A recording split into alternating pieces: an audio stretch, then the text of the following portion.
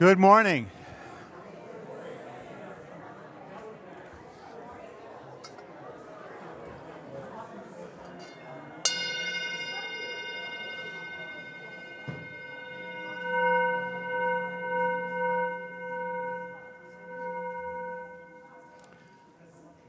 Good morning.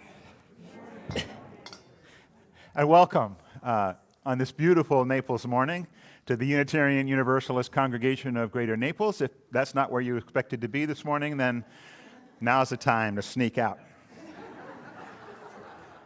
My name is Tony Fisher. I'm grateful to serve this congregation as its minister. I'm grateful for all of you being here present in the sanctuary or on the pavilion. Hello out there or online. It's great to have you with us. Great to have our staff with us. We have a special member guest this morning at the keyboard. Ann Roberts is stepping in as, I think that's a great idea.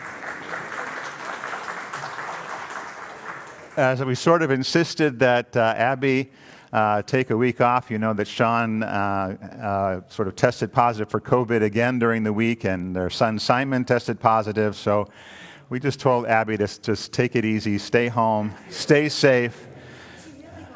She did want to, so we're grateful for Ann for being here. Thank you so much. If you are new to us for the first time, and if you're willing and to be sort of recognized, if you're here for the first or second time, raise your hand. 1, 2, welcome. Thank you very much. Great to have you here.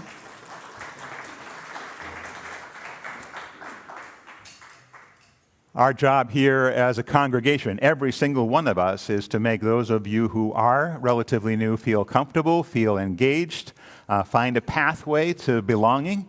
And so I hope that both you who are new and you who are here doing that important work of greeting enjoy that interchange.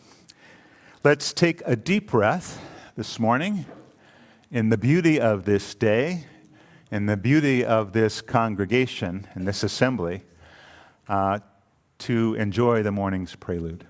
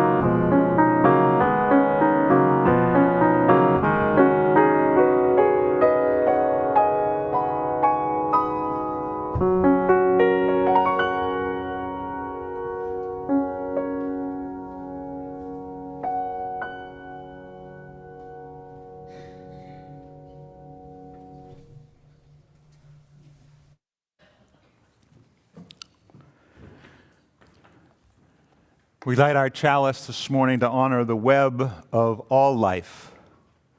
We honor the sun and the earth as sources of energy and growth. We honor the plants and the creatures of land, water, and sea and air that nourish us.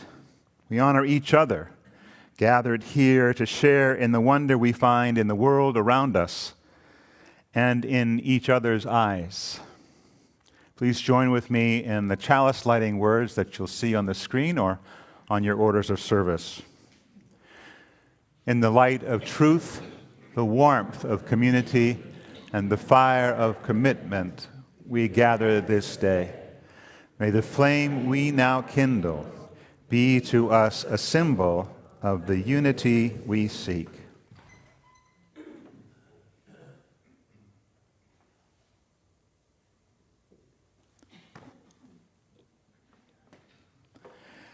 And let's join in singing our opening hymn, number 40 in the gray hymnal. The words will be on the screen. The morning hangs a signal. Please rise as you're willing and able.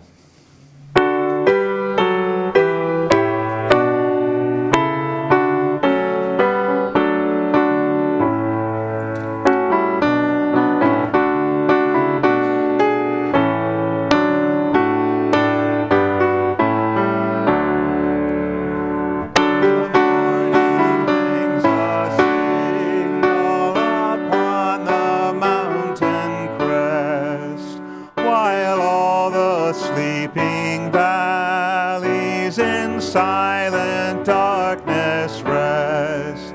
From peak to peak it flashes, it laughs along the sky, till glory of the sunlight on all the land shall lie.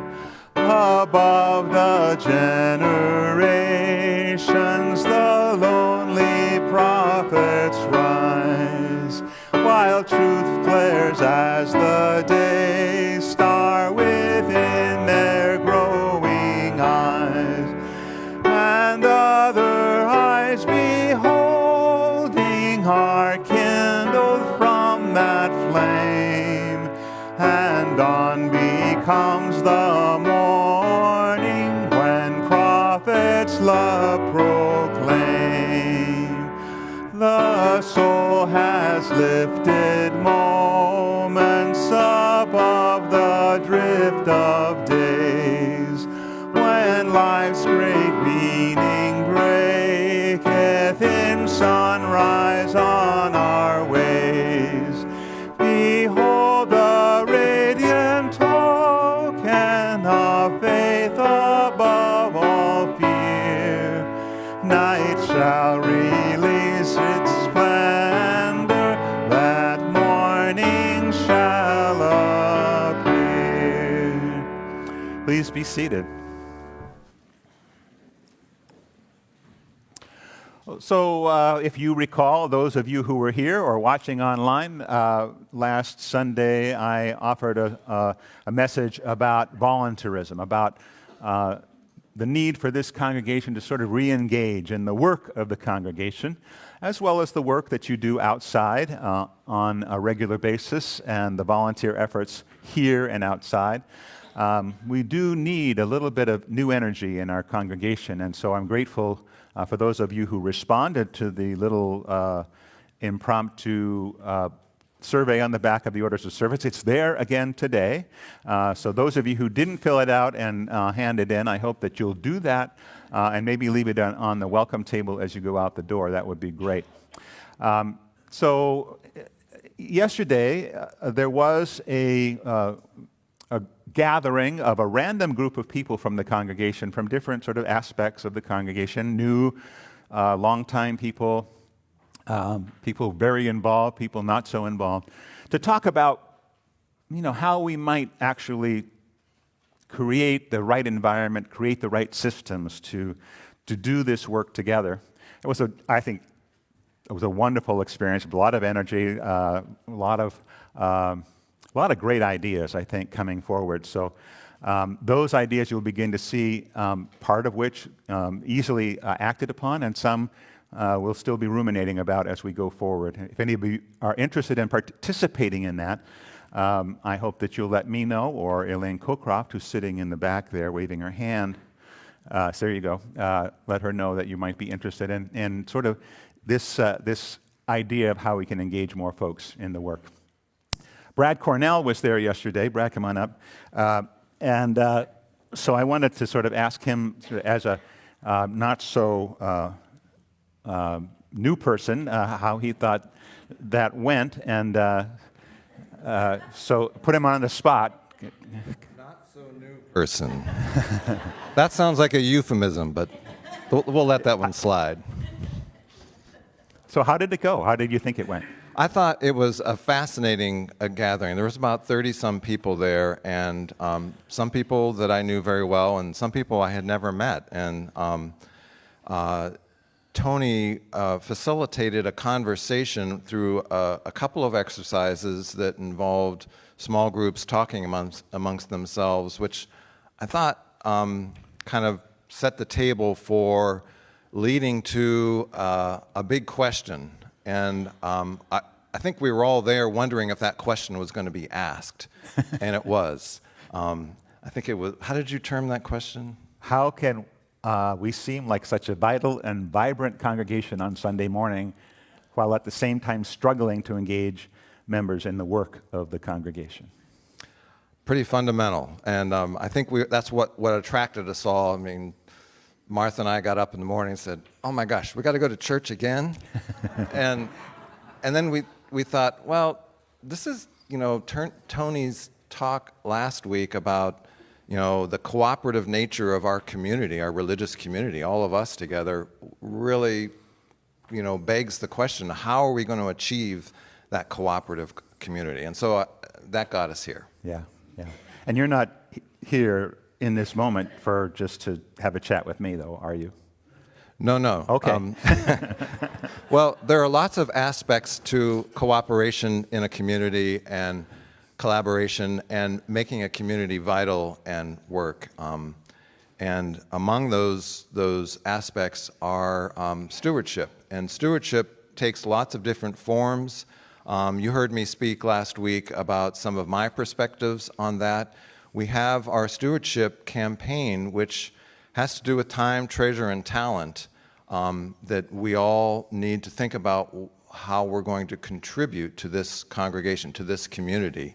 And so I shared with you some of my perspectives, and I think I noted that there were going to be a couple more spirits visiting you in the coming weeks. And indeed, today we're privileged to have one of those very active members, Heather Bladich. And so Heather, if you'd come up. Heather's going to share some of her perspectives on our stewardship campaign to come, which is Community, the Heart of Resilience, as you may recall. I met Heather 6 or 7 years ago when both of our kids were in the RE program, and her son Ryan is still in the RE program. And Ryan, if you came to our fall festival, Ryan, and played some Dungeons and Dragons, Ryan was the dungeon master. And so he's a wonderful kid who's in high school. And Heather has been a very active member of this community, cutting hair for causes, among other things. And so if you haven't met Heather, here's an opportunity to hear a little bit about Heather's perspectives on our community. Thank you. My first UU service was in May 2015. It just so happened to be the RE end of the year service, and it was just what I needed to see. You see, we had no time for church back then, and the reason why I was seeking a congregation was to create more community for my son Ryan, who was an only child. And seeing this great production with all these kids who seemed to be having fun kind of cinched it for me.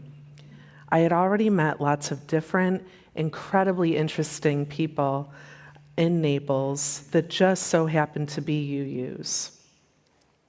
Moms at PTO meetings that spoke passionately about gardening, cool clients that woman I met at a party that was an activist, that super smart woman in my book club that I would nerd out with about Neil deGrasse Tyson, naturalists, people who ran in local political races for causes that I believed in, therapists, doctors, really interesting people that I would trust their opinions. I knew these people wouldn't tolerate some weird religion, so I gave it a try for my son's sake. I remember talking to Heather D. Rocher after Ryan's first time in RE, and I cringed when she said, "He told me he identifies as humanist, so he fits right in here with the majority of the congregation." Any other church would not have liked that honest answer that 10-year-old Ryan gave. So I was not expecting to be so welcomed. Is that it? Acceptance? Interesting. Maybe some of my belief systems about religions aren't totally accurate. I began to really wonder. Once I saw that Ryan was really thriving at UUCGN, I became more and more curious about it myself. My husband, Doug, was always at work on Sundays. It was my day off, and UUCGN gave Ryan a chance to play with other open-minded kids. The services were thought-provoking, and I loved the piano music and songs with interesting lyrics about justice, which was different from my holiday Catholic music that I was brought up on. There was that time when a song from the Super Mario Brothers video game was in the service. I liked that. UUs can have a great sense of humor. It became a time for me to decompress from a busy lifestyle. As a hairstylist, I was taught hustle culture from salon culture and big beauty brands. I was in a constant reactive state. I began to start feeling what peace felt like. It was scary at first, but there was nothing to be defensive about. You have been kind when I have been short. Great conversations on the patio is my favorite. As time went on, those conversations evolved into friendships. This congregation has lifted me up. You have taught me so many things. You've supported my hairstyling business and awesome fundraisers. You have tutored my son when he was struggling in math. I would say Ryan's best memory is of building the fort the RE created from sticks and stones in the back gardens. That fort was pretty impressive, built by kids. Ryan loved working on it until Irma hit. That was around the time I began volunteering in the garden. I always believed cash is king, but now I know that it's not always true. You can't just throw money at a problem to make the problem disappear. To make a difference, I'm learning that we need to give more of our time and energy because these connections that we make when we give our time, talent, and treasure make all the difference in lives. In the last 7 years, UUs have given me opportunities to wonder, to learn, and to grow. Growth can be super hard, and it's so much easier to do with a little support from friends. Thank you.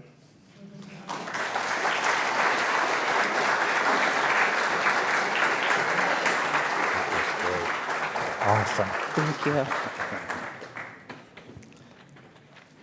I know that Heather was nervous about speaking today, but I think what a fantastic job you did. It was wonderful, incredible. Thank you. Let's take a deep breath and enjoy that and center ourselves for a time of sharing and meditation with this morning's centering hymn, Spirit of Life.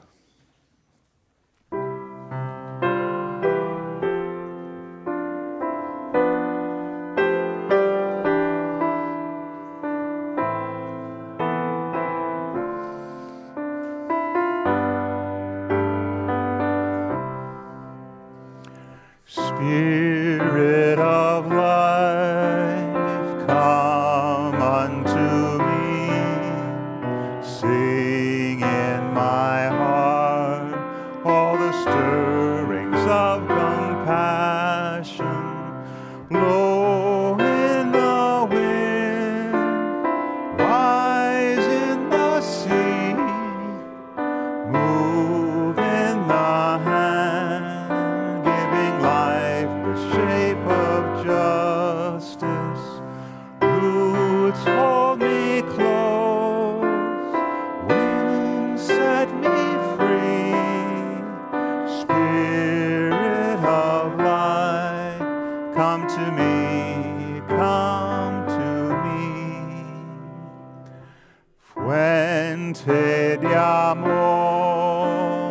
ven hacia mí y al corazón cántale tu compasión, sopla a volar, sube en la mar, hasta moldear la justicia de la vida.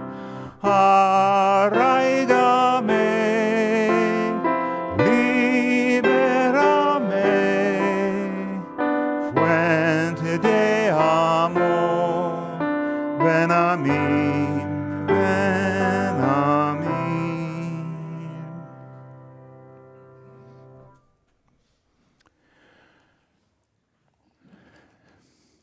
Such an important thing for us to gather together and share with one another those things that are important in our lives.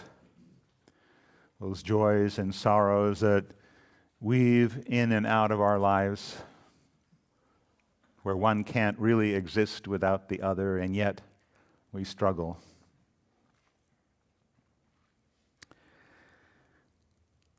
If you have a joy or a sorrow you'd like to share this morning, I hope that you'll raise your hand.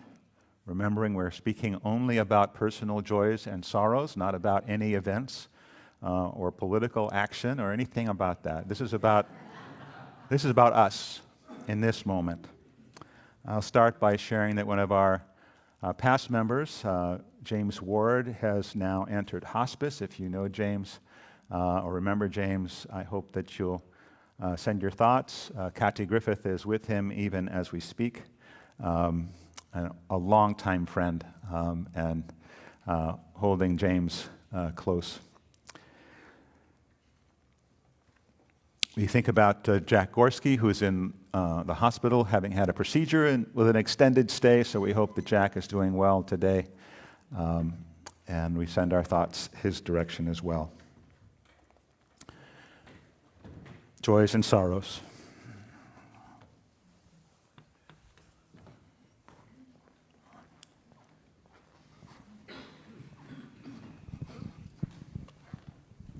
My name is Dina Sewell, and I'm here again with thanks. Yesterday, I got an email from a friend, Linda Penniman, who many of you might know. It appears that 8 families have been put up in her hotel. They all used to live in River Park, the historical black neighborhood. And NAACP has paid for them to stay, but they're running out of money. And Linda said, do you know anyone? Do I know anyone? Because I remember Tony saying there's still money left in our Hurricane Ian fund. So I emailed him. He emailed me back. They're cutting a check.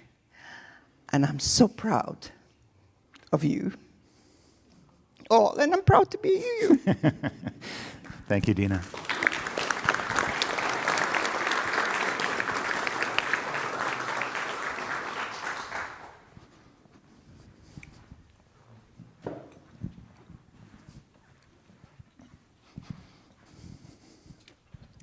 Hi, I'm Marcia Gunther, and yesterday I had the opportunity to see the Hours broadcast from the Met in New York City, and it was in a theater in Bonita Springs, and it brought back lots of pain and happiness about the AIDS epidemic in the 90s when my brother-in-law died in Germany of AIDS. And I just want to share that the epidemic is still with us, and people are still living with this disease, and to open your hearts to all the victims of this epidemic. Thank you. Thank you, Marcia.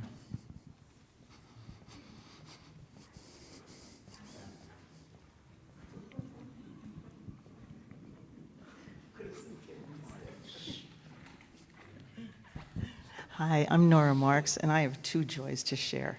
One is Charlotte Rose, weighing in at 6'11", and Eleanor Grace, weighing in at 7'2". Born to my niece and nephew up in Maine, and they make now 12 darling little grandbabies and nieces and nephews. My 6-year-old granddaughter who lives in England, Summer, is the oldest of them. So it's the circle of life coming around again, and we all need some of those remembrances when so much sadness has happened. Thank you. That's it.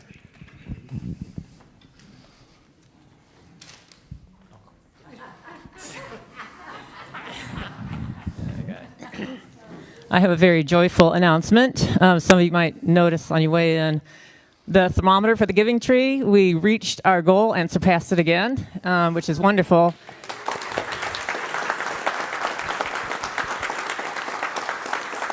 And I delivered the last of the gift cards to the guidance counselor of Immokalee High School.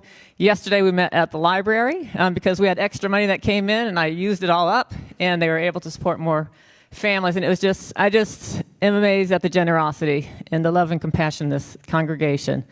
And there's more dark chocolate out there on your way out. Help yourself. And we are so grateful for your annual and generous contribution of time and ability to pull this all together. Thanks, Alice, very much.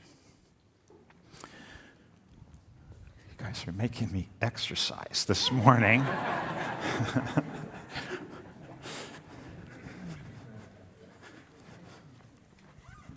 Good morning.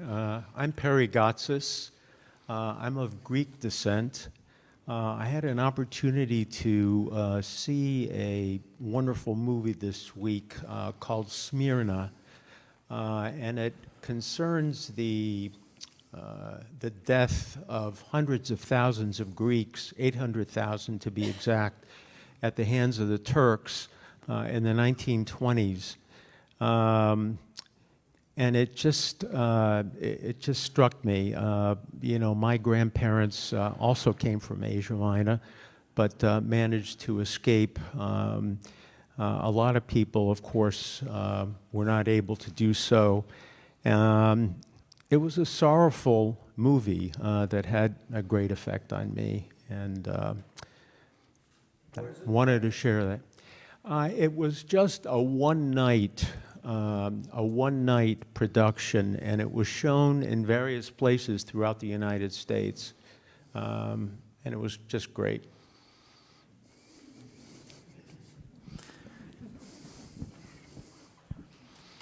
Good morning, I'm Joan Wilkasik, and I would like to share the joy that I had last weekend. I went to New York City to see my granddaughter perform in Broadway boot camp, and she did a wonderful duet with a fellow from France, and hopefully we'll get the video of that so that we can put it on Facebook and all. But it was a thrill to see her perform, and I was just glad to still be around to see it. That's great. Thanks, Joan.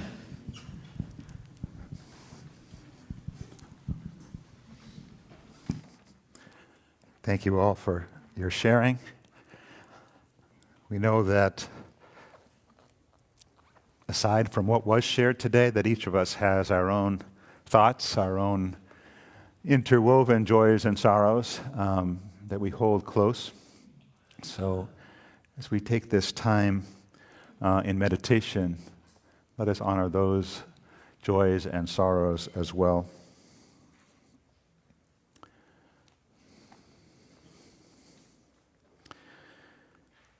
Our meditation is from Elizabeth Tarbox, who served on Cape Cod for a long time and was a wonderful writer.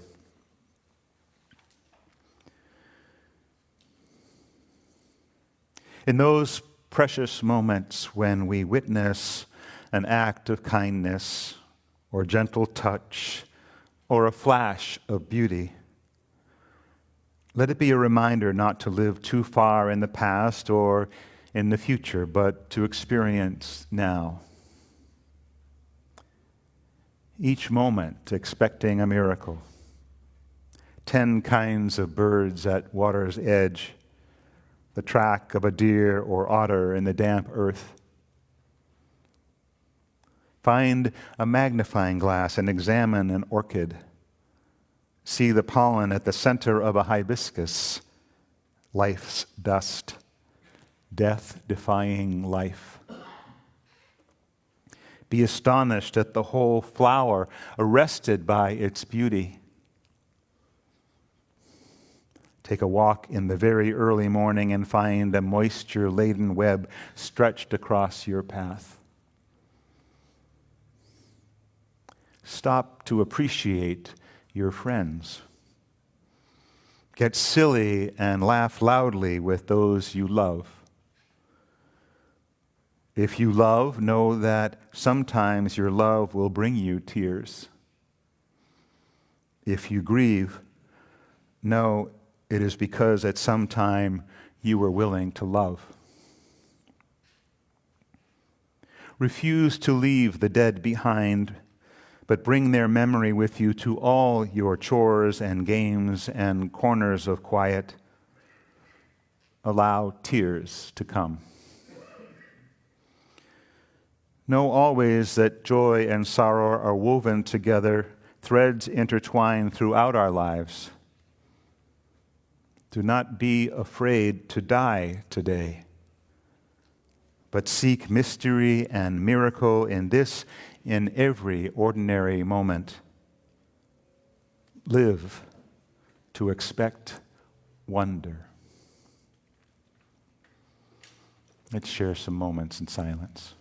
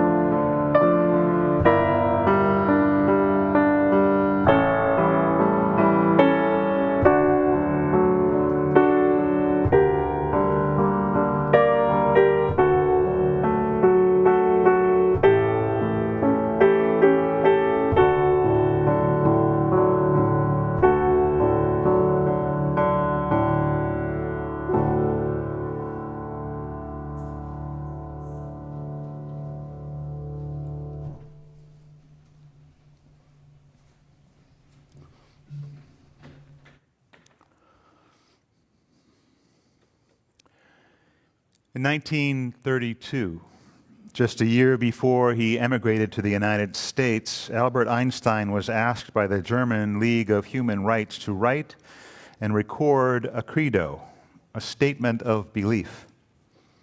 Our reading this morning is taken from the opening and the close of that statement, roughly about a third of the entire credo.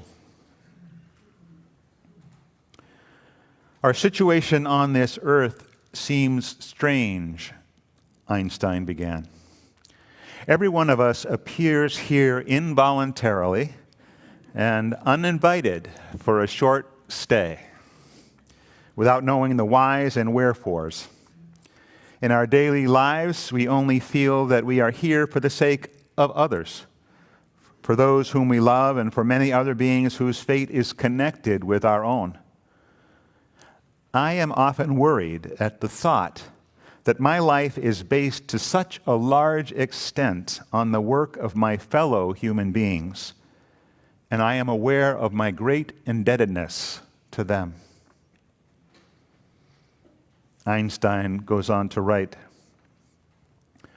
"The most beautiful and deepest experience an individual can have is a sense of the mysterious. It is the underlying principle of all religion as well as all serious endeavor in art and science. One who has never had this experience seems to me, if not dead, then at least blind. To sense that behind anything that can be experienced there is something that our minds cannot grasp, whose beauty and sublimity reaches us only indirectly. This is religiousness. In this sense, I am religious. To me, it suffices to wonder at these secrets and to attempt humbly to grasp with my mind a mere image of the lofty structure of all there is." And we have a bonus reading for those of you who are holding an order of service. This by recently retired minister Victoria Safford, who was a beautiful writer.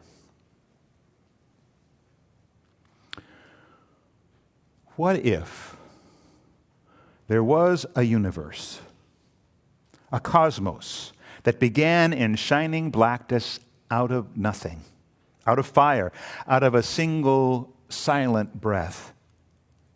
And into it came billions and billions of stars, stars beyond imagining.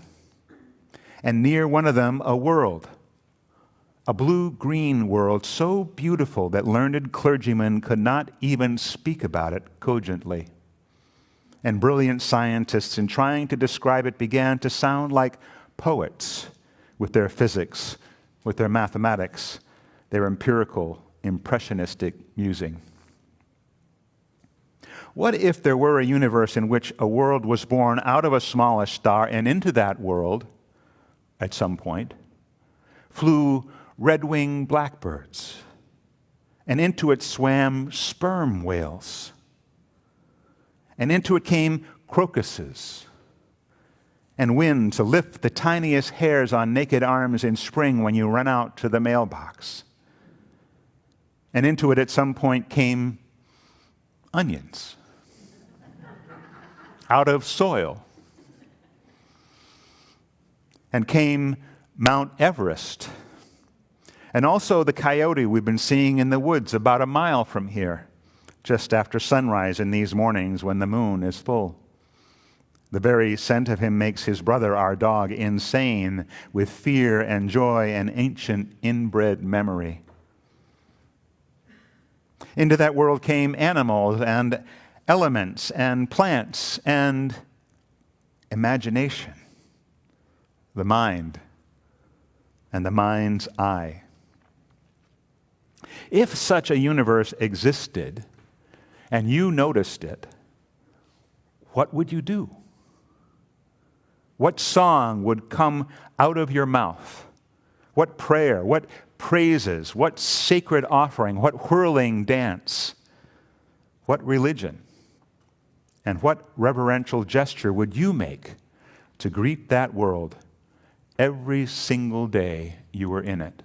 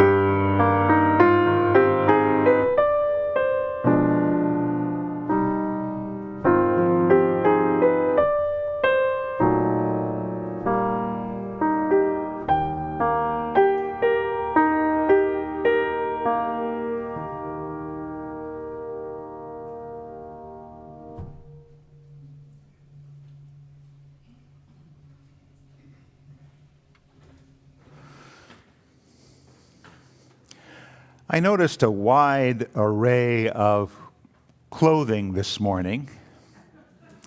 I saw a woolen coat come in the door, and the usual flowered shirts and shorts. Is it me, or does everyone sense that it's taken longer this year for the temperatures to cool down a little bit? Never fear, however, as I look at my nifty all-purpose device that I usually carry around with me, I see that a week from today we might experience temperatures in the 40s with a high of 64. So this is good, though, at least for me, because that strange desire I tend to feel at this time of year to put on long pants and a flannel shirt and find a cozy corner can be justified by those temperatures, maybe. And I don't know if it's just my body recognizing the subtle changes in light and length of the day, or whether it's the actual shifting of the clock for daylight savings, but over the last couple of weeks, I found myself slipping into that end-of-year quieting, a more contemplative frame of mind that does inevitably come over me at this time of year, especially when I was living up north. A sense of growing wonder and mystery of the season that sometimes escapes us here in the subtropics. Scientists study these kinds of things, obviously, not just vast physics, but strange changes in body behavior. And they differ on how seasonal changes affect human beings. Some say that there's, with some exceptions, very little ways in which we are seasonal. But a study a few years back, headed by a neuroscientist in Belgium, suggests that beyond seeing evidence of seasonal changes in both mood and immunity, there are indications that the brain actually does respond seasonality by utilizing its resources differently.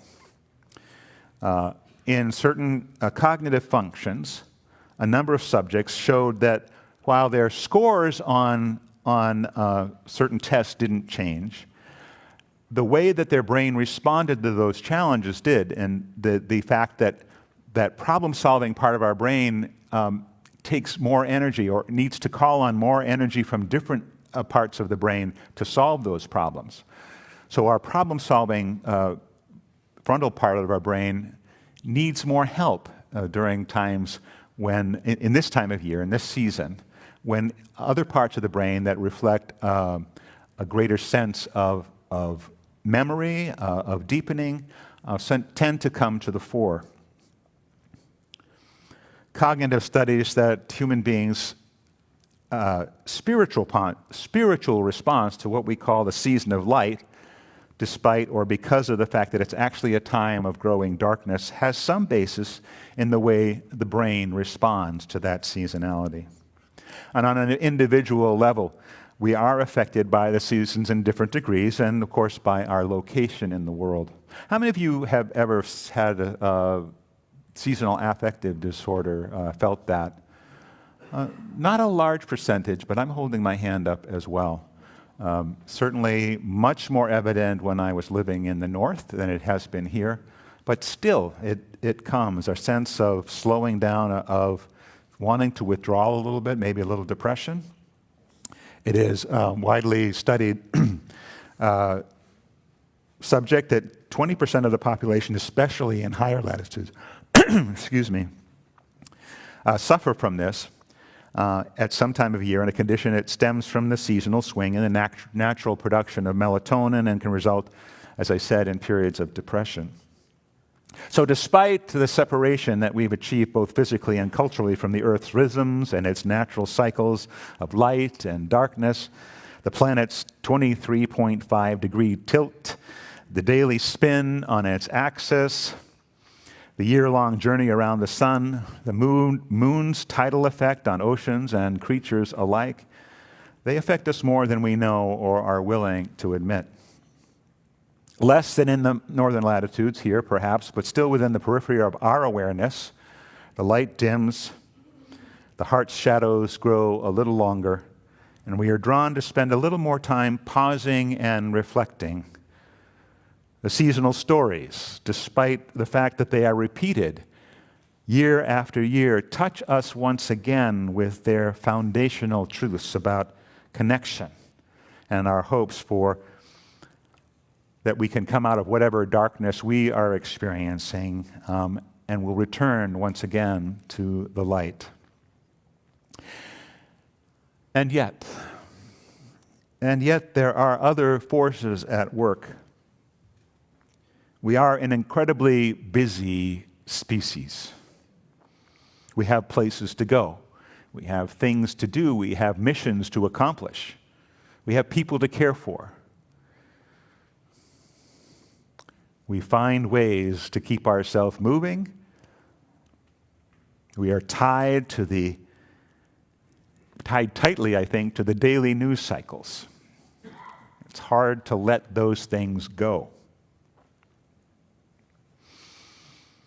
In addition to that, we have our own individual concerns. We seem to be really a little bit too wound up. Do you remember at the beginning of the pandemic, when we were all in isolation, and the thought went around that we should take advantage of that time to pause and reflect? How many of you did that? I have in my files a poem by a Unitarian Universalist minister and educator, Lynn Unger, that actually went viral nationwide at that time. Lynn wrote, "What have you thought of it, the pandemic? As the Jews consider the Sabbath the most sacred of times, cease from travel, cease from buying and selling, give up just for now on trying to make the world different than it is, sing, pray, touch only those whom you commit your life, to whom you commit your life, center down. And when your body has become still, reach out with your heart. Know that we are connected in ways that are terrifying and beautiful. Know that our lives are in one another's hands. Do not reach out your hands, reach out your heart. Reach out your words. Reach out the tendrils of compassion that move invisibly where we cannot touch." What happened to that? Despite the pandemic, we still got caught up in the busyness. Instead of deepening into stillness or holding our breath in wonder at the night sky, we were too often holding our breath, wondering what bit of bad news would be coming our way next. Quite early on, there was George Floyd, Black Lives Matter rallies, elections, an insurrection, war, economic woes. It is almost as if humanity in general can't stand the stillness. I think Albert Einstein had it right. Our situation on this earth does seem particularly strange. In taking a step back, Einstein ponders how we feel a little uncomfortable at our indebtedness to others. After struggling, as we humans do, to establish our own unique identity, we often find it hard to recognize our dependence on others, our interdependence along and across generations. Nor perhaps do we touch base often enough with that sense of awe and wonder that stirs our deepest imaginations.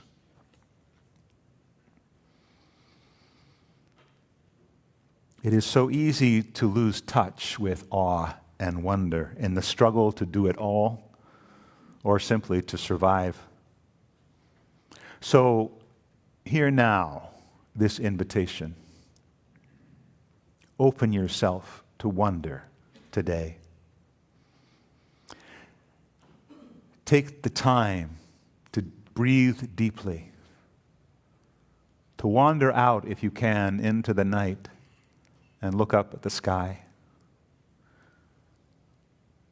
to stare into the eyes of someone you care for and acknowledge that caring. Be ready to greet unexpected delights and hold those delights close for those times when you feel inundated by too much to do or too many cares. Go back out into the world, grounding all that you see and hear and do within the context of wonder.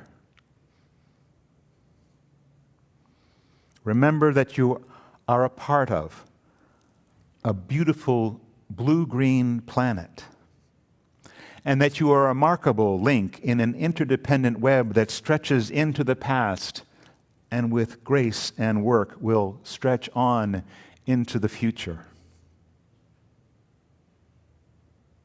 Open yourself to wonder today.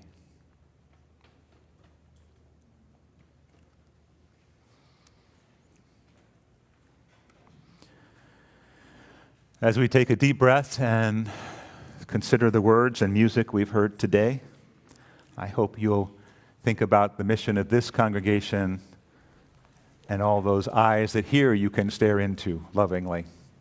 The morning's offering will be gratefully received.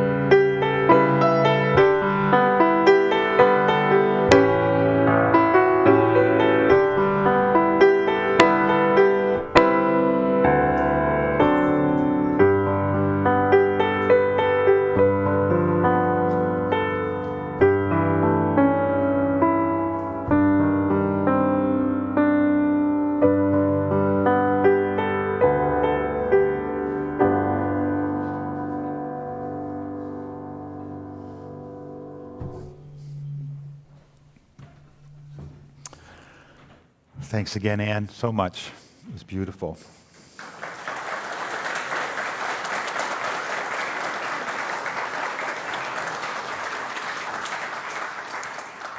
So quickly, I'll try to do this as quickly as I can. After the service today, there will be a visitor orientation. If you're interested, we will meet here in the sanctuary at about 11:20. You'll have time to get some refreshments and then come back in. How many people present would be interested in doing that?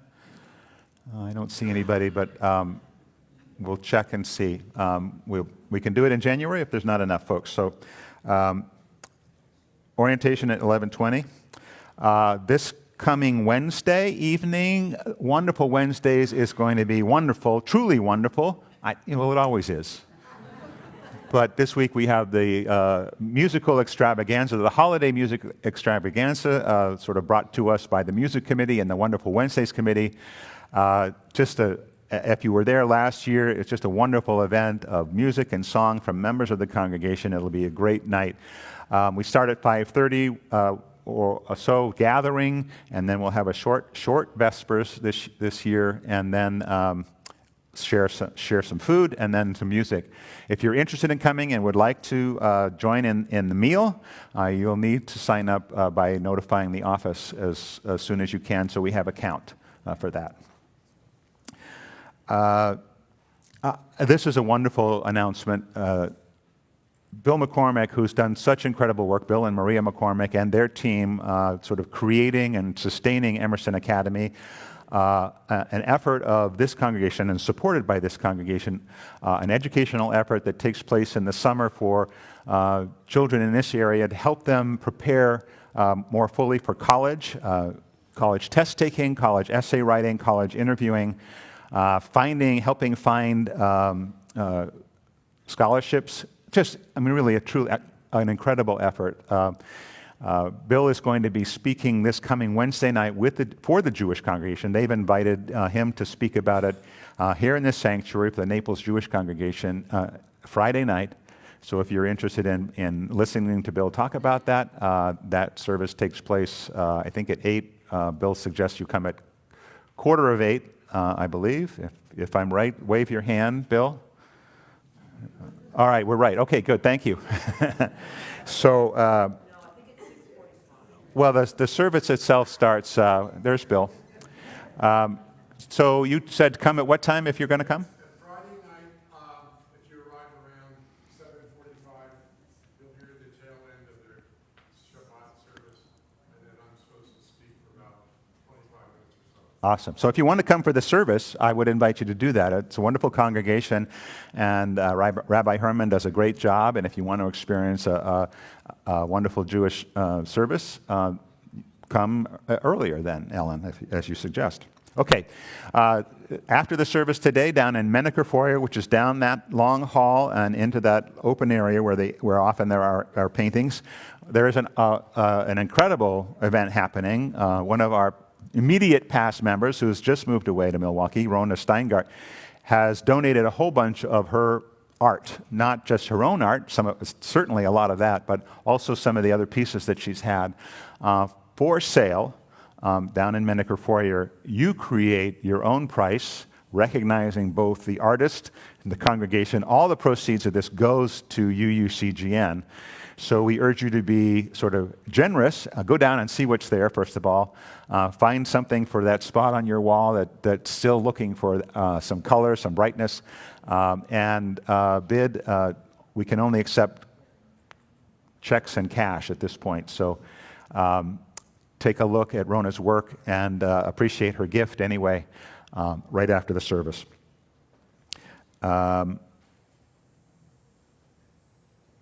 And I think that's it. Does anybody else have an announcement that they want to try to sneak in? All right, no more. Okay, sorry. All right, let's rise as you're willing and able and join in singing our closing hymn, For the Earth Forever Turning.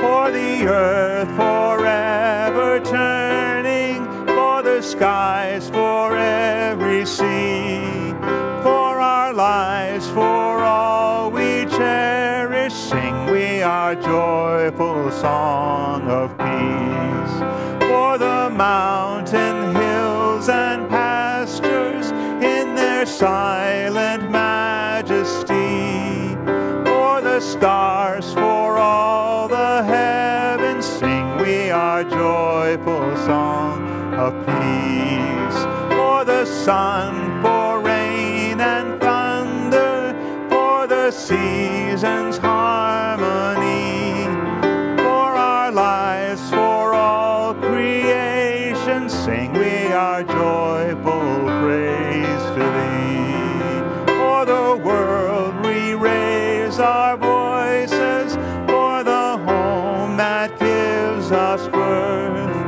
In our joy we sing, returning home to our blue-green hills of earth. There was one thing I forgot. Next Saturday afternoon, we'll be celebrating the life of Rick Bryan, Patty's husband.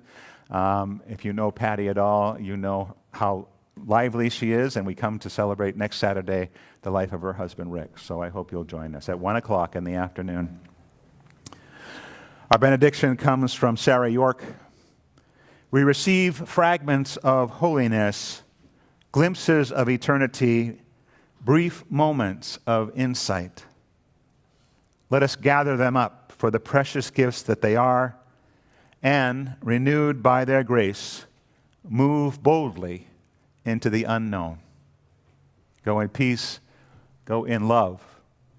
Have a wonderful day.